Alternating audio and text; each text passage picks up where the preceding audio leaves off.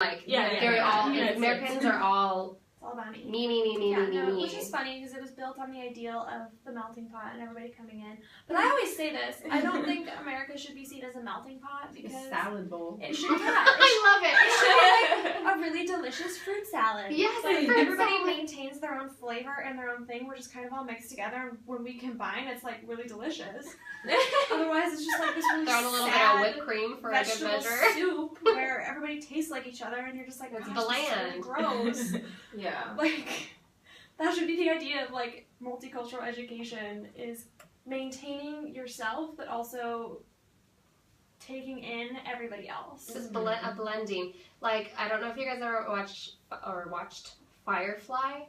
It was a sci-fi, and it's actually pretty good if you've not watched it. It's really funny. You should do it. But it ended up being, it's like futuristic, way in the future, and the only cultures that survived were American and Chinese. And so it's this melding of these two cultures, and it's the coolest idea. Like, if we can just do that with everybody's culture and make that the concept, like, that's what I want to do in my classroom. Is I want to figure out the kids that are going to be in my class and where they come from, and then have something that's familiar for every one of those kids, so that if they're having a meltdown or something, they can just go to that spot, or like, then they can be proud of that and share with everybody. Like, I want to have a cultural day where everyone comes in and shares something from their own culture. Like, for me, I am a melting pot because I have a ridiculous amount of different things. Like, we call ourselves Heinz 57 because we just have like 57 different shades of whatever, right? And so I don't have one culture that I feel connected to. So for me, it's fascinating to know other people's cultures, and when they have like that super connectedness to their culture, I don't have that. And I think it's really fascinating to watch that and then be so passionate about, I know flamenco because I was born in Spain or whatever, like, that's just so cool to me, whereas like, I have Scottish and a little bit of this and a little bit of German, and it's like I can choose one or the other, but it's not me because I'm a melding of all of these. Yeah, when you were talking about your person in the chapter, I was thinking, that culture, like, corner that they can go to, like, I think that's a really good idea, and like adding on to that, it'd be really cool if you learned about the different ethnicities in your classroom, and then like every month you could have like, it's Chinese New Year, so let's learn about Chinese. Punjabi, like the kids in Happy Valley are learning all about that. Yeah, exactly. And so it's just, it doesn't always have to be Chinese. It doesn't always have to be like the mainstream, because there was a kid like the other day, and they're like, so where are you from? Like, are you Chinese, Japanese? And they never guess Korean. And it's like, hello. My baby cousins are part Taiwanese. They never get. It's always, are you Japanese? Are you Chinese? Yeah. They say everything else but Taiwanese. Yeah. Like, and whatever at this point. Yeah, and I think I'm really excited to learn about specific ways that we can incorporate, different tools and skills, because right now we're learning about all the issues, and I feel like that's what happens in media all the time with like school shootings. You get all the facts. You never get anything about what you should actually do to help prevent it and stuff. And I'm from Marysville. That's all my questions in here. Like, okay, like that one kid that, joined a gang and the teacher like didn't really know what to do. Like, what are you supposed to do? And it ended with his future is discouraging. That was the last. That made me so mad when I read that. I was like, no. His future is discouraging because we put that on him. It's not. And he has hope. Every child has hope if we give him that hope. Yeah. That was like literally as I'm going through my questions for the entirety of the assignment this week, like I feel like I just got frustrated because all I was getting were these problem students. All I was getting were the problems, and I'm like, maybe you're the problem. Cool.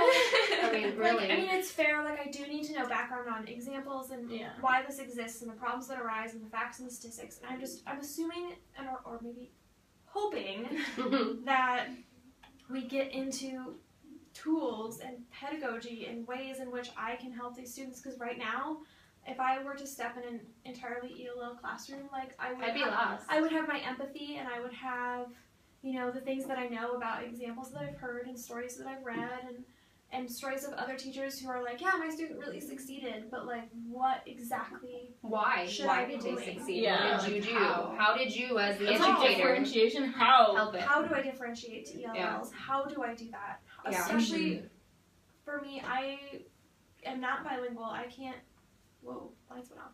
I can't speak like another language fluently. Like, what what am I supposed to be doing as an educator Yeah. to specifically help each of my students, other than just being aware and being empathetic to their issues. Well, then, so we kind of melded into my second child that I was reading about Tao. I think it's how I say it, T-O-U. Yes, And he is, Is he the one that joined a gang? yeah, Okay. yeah, eventually, because his older brother was already in it, so it was easy for him to get into the gang, kind of a thing, right? Yeah. But so they came over. Is it from Thailand? Yeah, from I think Thailand. so. Yeah, they came over from Thailand as a full family unit, and then something happened, and parents split, and his mom and her Sister. daughter. It Yeah. says daughter, so I'm not sure if it's a Oh. sister or not. I'm right. assuming that it Yeah. is a sister. Yeah. Now live a couple hours away, and now he's living with his father and his two older brothers and their families, their wives and children, and they the dad doesn't speak any English. He can only speak. I am not even gonna try to say that. Hmong. I think it's Hmong. But he wants his son to succeed, and he wants everything like good for his son. He has all these hopes and dreams for him, and he eventually comes in to the school, and they happen to have a translator that could do this meeting with him and the teacher, and he was saying like all these things like, this is the success that I see for my son because he has all this potential. He's only 14 years old. They're in California somewhere. I'm pretty sure most of them were in California except for a couple in Texas. And it just was so saddening to have that be what the dad wants, but the dad not having any tools or Tools to help him get there. anything to know how to help his own son. Where there was that family support, but there was no support for that family. That's a big distinction too, because it can be that this family really wants success, but they just don't know how to do it. Mm-hmm. And I feel like going into a school district where the school district doesn't know will make that student unsuccessful regardless. Mm-hmm. But if they come into a school district that has the support systems and has ELL teachers with backgrounds, I feel like that student can be successful and can succeed, because every student can succeed.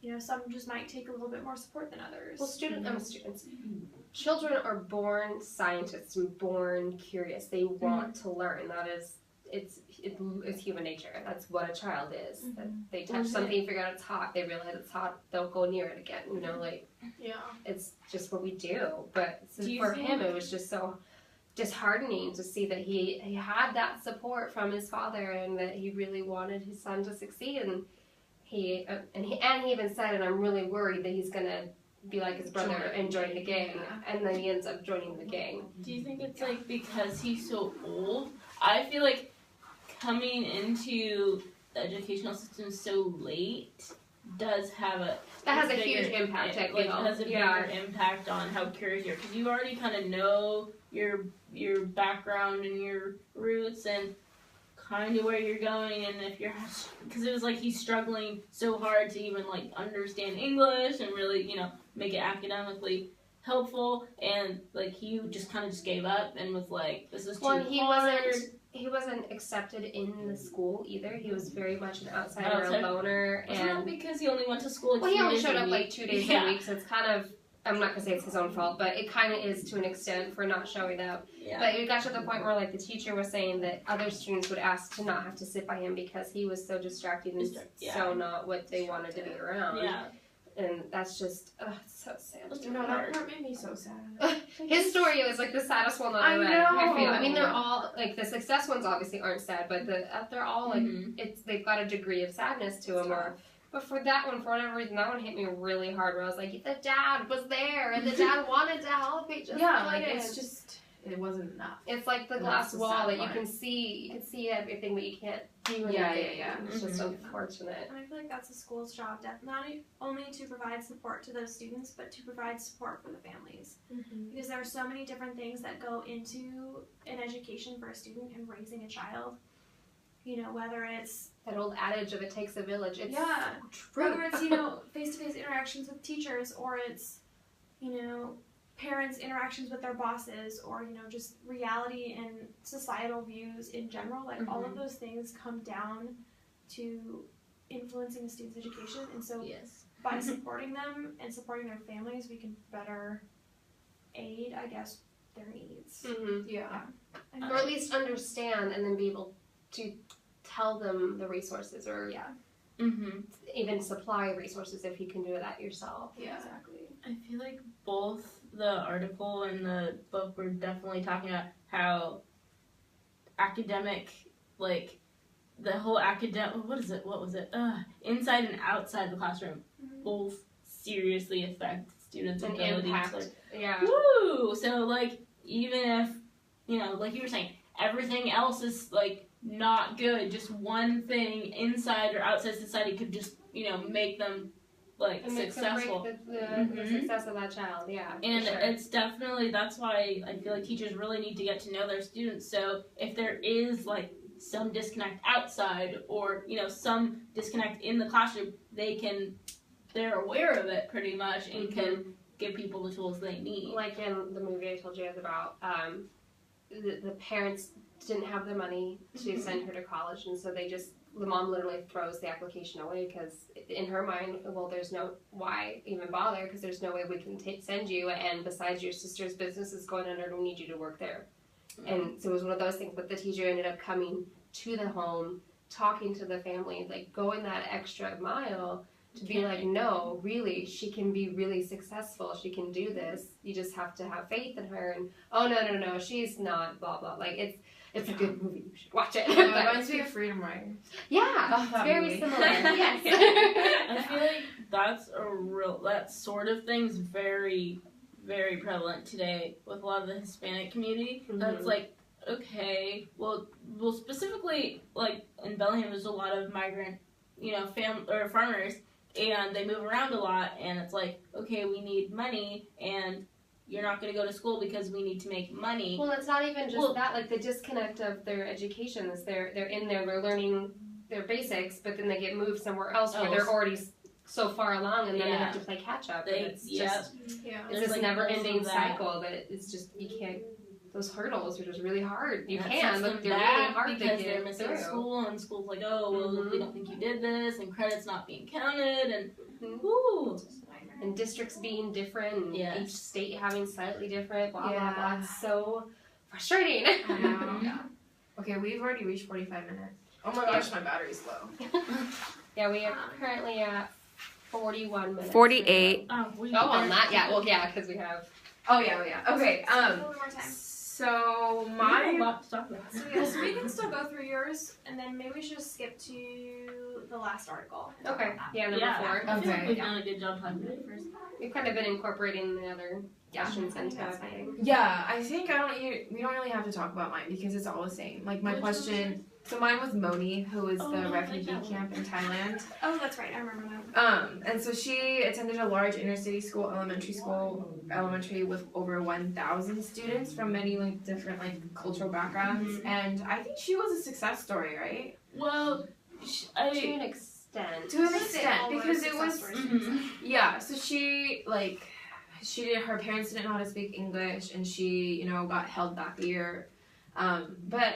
To me, the thing that stuck out with her was how her teacher didn't really see her success until she moved out of her classroom. And that leads to my question, like, what can us as educators, like, specifically, do to do that with all of our kids? Not just ELL students, but also, all students in our classroom that we will have in our, I feel like in that context, the teacher didn't really get to know her academically, if that makes sense. Yeah. She was like, oh, she's good at art, and, her family's this, that, and that's fine, but because she's not doing her work at all, she's probably not smart. You shouldn't assume, because she enjoys doing art more, that your student's not smart, and she just, was like, oh, she's not smart. And so then, okay, sorry for the people next door.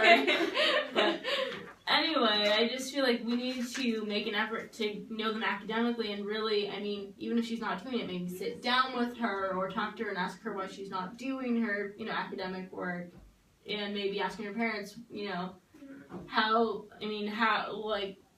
not exactly sure exactly, but, ask her parents, I guess, aspects of her education.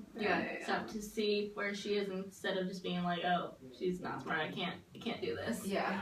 What are ways to incorporate the arts into teaching it. That's how if that's the way you reach the child, and that's the way you reach the child to get their education in. I mean, there's so many ways of doing that. I'm all about using arts. Oh my gosh, I'm all about using the arts and using their own culture within the arts. Like, oh come on, there's so much out there you can do. Why aren't we using those resources? Okay, really quickly, the last person. I really actually want to talk about him because this one frustrated me a lot because, well, like they only highlighted 2 things in the book. It was that this one's a Muslim refugee who his father was killed, and Osman.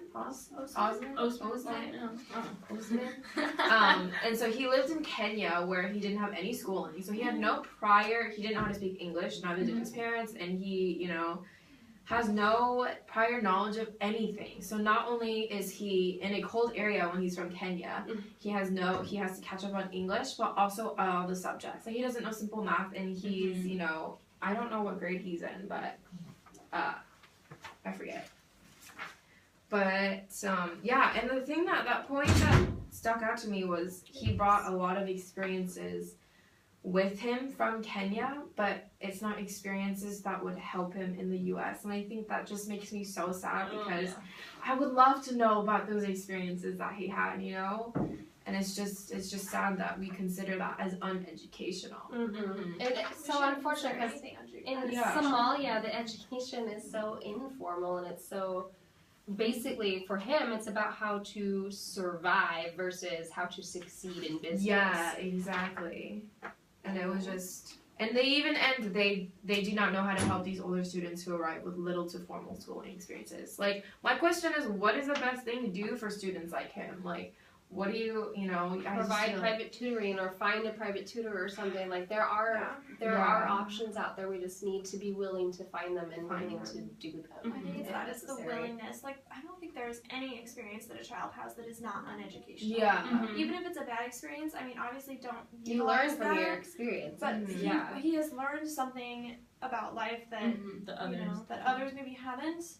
And so it's all about kind of utilizing every single piece that a student brings into a classroom and not ignoring half of it and just saying, oh, because that was a bad thing, we should just, you know, put on our rose-colored glasses gossamer curtain and just ignore it completely, because I think that is more harmful than it is helpful. Yeah, for sure. Okay. Sorry. We should talk about that, but I feel like we should talk really quick about immigrant. I'm sorry. We should be talking about immigrant minorities and involuntary minorities, and kind of. Do you guys remember that kind of? Oh yeah. So I know what you're talking about. I don't know the difference between what you're those asking. immigrants that come from a outside source. They come in to learn, and then the involuntary ones are. Typically they're refugees. They have to be here, so it's like those African Americans, the Mexican Americans who are here, don't really have a choice to be here, but they're here. And they've been here for a while. Would you even consider the Native Americans? Yes. That was part of it. I would totally that was part of it. it. I mean, that's one thing that really frustrates. I grew up near Tulalip, and it really frustrates me that people, when you think minorities, you never think Native. You always go straight to Mexican and anybody that's come from far away or come on a boat or come on a plane or whatever.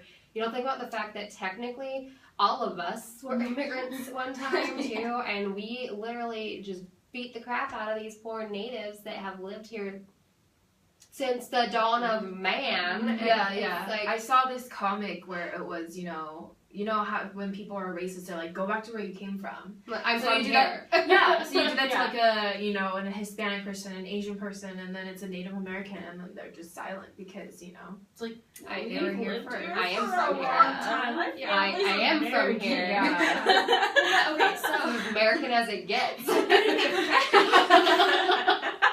Sorry guys, tangent. The book talks about how involuntary minorities are less motivated than immigrant minorities. And more likely to join gangs. Yes. So I think, that's sad, but I wonder, it does make sense. I wonder if that also comes from that whole, how can I just put this? The Americans are lazy. Let's just go ahead and throw that out. Americans are lazy. And I wonder if that portion, like the gang thing's the easy way out? I think it's Think that. there's some correlation to that, and like being Americanized almost, and that's like, well, that's as close as they can get Americanized within their cultural standards, and which is unfortunate. I think it's ridiculously sad, but I never thought about that. The other thing is, like, even those who do end up being successful, like growing up in that kind of gang sphere, they leave and they don't come back. yeah, they And never so no one else in that sphere sees that thinks to- success. Yeah, so they're like, oh, we're just gonna stay here and do our thing, and everyone's like, oh, I'm successful over here, but I'm not gonna go encourage other people to do the same thing. It's just like I'm taking a I got trip my out, and I'm out. I'm yeah. out. I'm doing my thing. They And see failure, and it's just like. yeah, Well, plus those who come from other countries, they're usually coming to America for a better life. for a better life. And so therefore they know what they need to do in order to succeed, Mhm. and they're going to do it. Versus Yeah. those that are born into it, and they don't see any other way out. Yeah. Alright, I really want to talk about work. Oh, we do need to talk about that. Okay, so this is the R&M article. Okay. So maybe we should just talk about like the 3 points: the changing Mhm. demographics, developing cross-cultural competence, and countering colonizing. Colonizing. Oh my gosh. A Late. colon is different than colonizing. Let's not talk about colonizing. Should we do a quick Stinky. overview so we can talk about each of our parts because we all read it. Those were all we all did the same one for those. Oh, I know. Should we do a quick overview of that because we all did Yeah, it? we don't Oh, have time. okay. Yeah. Alright. No, we don't have enough time really. Alright. My bad. So I don't know. I just think for these. Oh, for the first one, it talked a lot about the achievement gap and the achievement gap for minorities who are taught by it. Myself being a white middle class. And so I guess I just wanted to know how big that achievement gap was. Does anybody have any? Oh, well, I have to there's do, no like, actual there's, research. yeah, I wanna have no know. idea. It's so I don't know if last. it's an actual thing. We do have percentages for certain minority If groups I could, and I wonder if stuff. I can. So not last quarter, but the quarter before, I was in the AMST Hispanic experience, and we did a lot of research on the success stories of minorities, and actually even just graduating high school. Mhm. See if I still have that on my Google Drive, and it was fascinating. I mean, it's jumped immensely since the 50s and 60s and 70s. Like, we have the highest rate that it's ever been, and good. yet it's Wow. still really low. Really low. I can't remember the exact details right now, but it was like, yay, we're getting somewhere. Slowly Like, if you're getting just there. looking at a graph, you're Slowly like, but oh surely. yeah, but then you look at the actual detailed numbers, and you're like, oh, that's minuscule It's comparatively. Yeah. My mom actually sent me an article this weekend on that and about the teacher thing, and it was like, since our society in classrooms are becoming so culturally diverse, shouldn't our like teachers be too? And it's Yeah. like, Yeah, when you I think- said that too. yeah. And I was like, oh, that's interesting. Like, I mean, not that I wouldn't think about it, but it's just like, Yeah. whoa. It's like so simple that people don't think about it, but when you do Mhm. think about it, it's like, oh my gosh, yeah. And Yeah. then when there's so many, like, you know, different people in a classroom, there's so many different areas you need to, like, hit and Yes. incorporate all their different assets in the classroom. Mhm. And I guess what they're trying, I feel like what this article and the article I read over the weekend was trying to get at was how the, like, the middle class, like, white females can't incorporate all of these, but, like, You can try, but you don't You can have that experience because you weren't raised in whatever culture Yeah. that is. Like, but you then can't. when you, like, if you think about it like this, not everyone's gonna be born in Cambodia. or- True. But then, like, I guess I mean, I know a lot of these different cultures because I've been there. Mm-hmm. And I've met people from these different cultures, but that, I mean, it might give me a, like, better foot in the door, but doesn't mean I know everyone's, you know, no one knows Right. everyone's specific life story, like, It's like learning specifically. styles. Everyone has a different learning style. Mhm. Everyone has a different culture. Why can't we just? Yeah. Why can't we all just get along? I know. Yeah. It's so Disney, but it's so Can we just true. have share day where we just come in and share some amazing story and people Right. learn from it and we all, I don't know. I mean, growing up in Marysville with Tulalip right there, we would have cultural days, and we would, and typically it was mainly just the native culture that we did, but we'd have these people come in and do traditional dances, traditional basket weaving, teaching us how they did stuff and why they did the stuff that they did and how, and it was just, I found it fascinating. I really loved it. I ended up getting to go to one of the log houses for one of the big festivals, and as a white kid, you never get invited to those things. Like, it's traditionally just the natives are there. So it was so cool to just be like a little fly on the wall watching all of this stuff, and I just feel like that would be so fun for these kids to teach them other cultures and to get to immerse themselves in and gain empathy that way. I feel like through someone's experience of, oh hey, you bleed, I bleed too, that's an instant connection, and it could be completely different stories, but there could be one little aspect of the story that's similar, and then it automatically you're like, oh hey, okay, cool, thanks, yeah. Another human. Another point that I want to bring up was something that you asked. I think I had the same question in my head. It was like, when using this multicultural education that this article talks a lot about, it's like, how do you incorporate it? I mean, you obviously need to incorporate it at every level, but elementary education is K through 8. Yeah. So like the strategies that you use in kindergarten are going to be vastly different than those you use in 4th grade, vastly different from those you use in 7th. Like vastly different from first. So like, how, I guess, like on the spectrum, like how do you figure out what level your students are at? You know what I'm saying? Yeah. Wait, I don't get your question. What level Like of culturally. Like, okay, so, like, I think if you had a cultural day, you could figure that out. I'm just pushing this cultural. Wait, I just don't get the question. like, okay, so take for instance, like, you're in a kindergarten class and you want, and there's a diverse, like, there's diverse ethnicities and everything, and you want to incorporate all of that into, you know, having a welcoming classroom. But the methods that you do that for kindergarten is going to be vastly different than the methods that you use in 8th grade. Yeah. So we're just wondering, you know, what those differences in the skills and the tools that we use are essentially. It would also be like developmentally what you could do, like Exactly. for all of those, what it would spend all of those would be a food. Bring in a traditional food from your culture. It doesn't matter what age you are for that. That you can do in any age level. Bring in a craft or bring in a traditional artwork or something, and we can try and recreate it. So that would be a little bit more developmentally in what you could recreate with those ages. But dresses. and like clothing. the clothing, traditional attire, homes, foods. I feel like that's all good. Yeah, for primaries, and then once you get up to those higher grade levels, obviously getting into the meat of more of the cultural diversity. stuff. Like, Why do I do this? Yeah. What I feel like makes that's you what's uniquely important. yourself? Yeah. Or, for sure. something like that. Right. Which kind of goes into cross-cultural competence. Yeah. Definitely getting into being aware and understanding and really being empathetic and Like Wow. that's Human the- rights. I feel like that should be Woo! the whole goal of education is to be Yeah. cross-culturally competent. Yeah. Rather than just making them good assimilated citizens. No, That's not the point. You That's should be not the cross-culturally point. competent.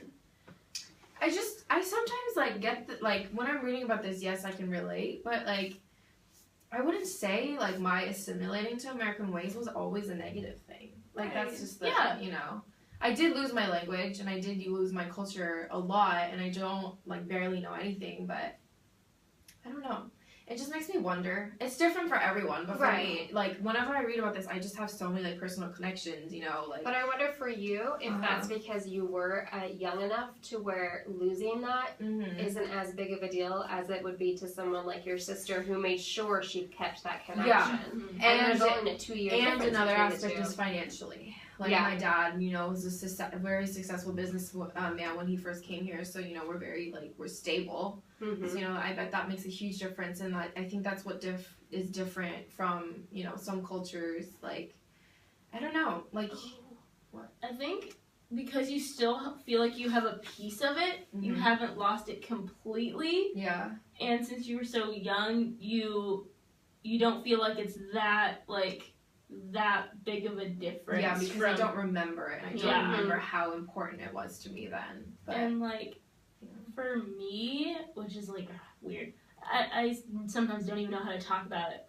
I was adopted when I was 10 months old, and my family's Caucasian, and most of the time, awkwardly enough, I don't, like, not that I don't realize I'm black, but, like, I don't realize I'm, like, looking in the mirror, and I look so weird, and I'm like, understand. oh, yeah, and then people are like, oh, like, do you ever wonder about your, you know, biological family, and blah, blah, it's like, sometimes I do, but it's like, I do think, did I miss out on, like, some, like, culture I don't know about, and people are always like, do you wish you knew who they were, and it's like, maybe sometimes they do, and I wish I had more of that, I guess, connection, and people are like, oh, you know, do you have African American friends? And I'm like, not really. I mean, I just never, like, saw myself like that just because of how my family is, which I don't, and so I feel more of a, like, disconnect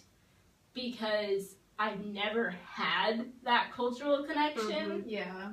And so, I mean, I guess it just depends, too. Yeah, I don't think I've ever had that cultural, like, I totally understand, you know, I don't have one Asian friend at Western, and that's just crazy to me because, like, all my friends back in Bellevue, where my high school was 40% Asian and 47%, same percentage of whites and Asians. Mm-hmm. So it was just so different, and it didn't occur to me the importance of looking in a class, and, you know, people are like, yeah, looks don't matter. It kind of does. Like, when you look in a classroom and you see someone that looks like you don't realize how important that is. It's and that like, familiarity and yeah, safe so, feeling. But when I'm with my, like, you know, like, Caucasian friends, like, I'm not always like, oh my gosh, I'm the only, like, you know, person of color here, you know? Like, I don't think about that. So, yeah, there's definitely, like, a cultural disconnect. So I think that's why I think that it wasn't that important to me. But, I mean, I still am curious. Mm-hmm. But it's all just based on the individual. Well, yeah, like when I lived in is. Florida, I was Individual. definitely the minority in the fact that I'm as white as it gets. And I was hanging, like, my best friend was Cuban, my other best friend was Black Asian, we called her Blasian.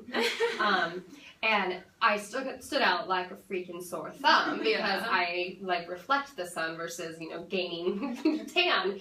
And so when we'd hang out, it was just nothing. It was no big deal. Like, sometimes they'd be busting out in Spanish and I wouldn't really know what they're doing, but I could get the idea, sort of a thing. I mean, by no means am I saying that my story is anywhere near the same as either of you, but I can kind of at least sympathize to the feeling. It makes you think about how others, I guess, feel sometimes. Yeah, like, I really like to I like the fact that I had that experience, so I know. For me, it's only when I was with them, and I only lived there for about 3 years. But for you guys, that's your life every single day, kind of a thing. So it's nice to have that kind of just tucked away for me as a middle class white female, just to have that. Be like, all right, remember how awkward you felt when you would hang out with their family and everyone was speaking Spanish and you had no idea what they said, and That's probably how all of them were talking about you, and they weren't, but, you know, like, that's what going through your mind, you know. But it's like, okay, so keep that feeling here and here, and keep that for when you're with those ELL students, and I think that would help immensely, just to have that empathy and sympatheticness towards them. Yeah, and that's what it ultimately comes down to. Mm-hmm. yeah. To wrap this all up, sorry, Joy, it's very long. I feel like we're just all really curious to know, you know, the specific tools and skills. Yeah. Like, just especially reading all this information and all these facts. It's like, okay, teach us Let's some. get into it. Yeah, let's get into it. But So we're hoping to get there, and I'm sure that if we do not get into it during this class, It will eventually in know. this program. It'll come up. I'm sure that we will eventually. Yeah. I'm just antsy, and Yeah. I'm really ready yeah, to do it. let's, I'm really let's excited. get into So, it. But good discussion, everyone. all right, thank you. Thanks, Joy.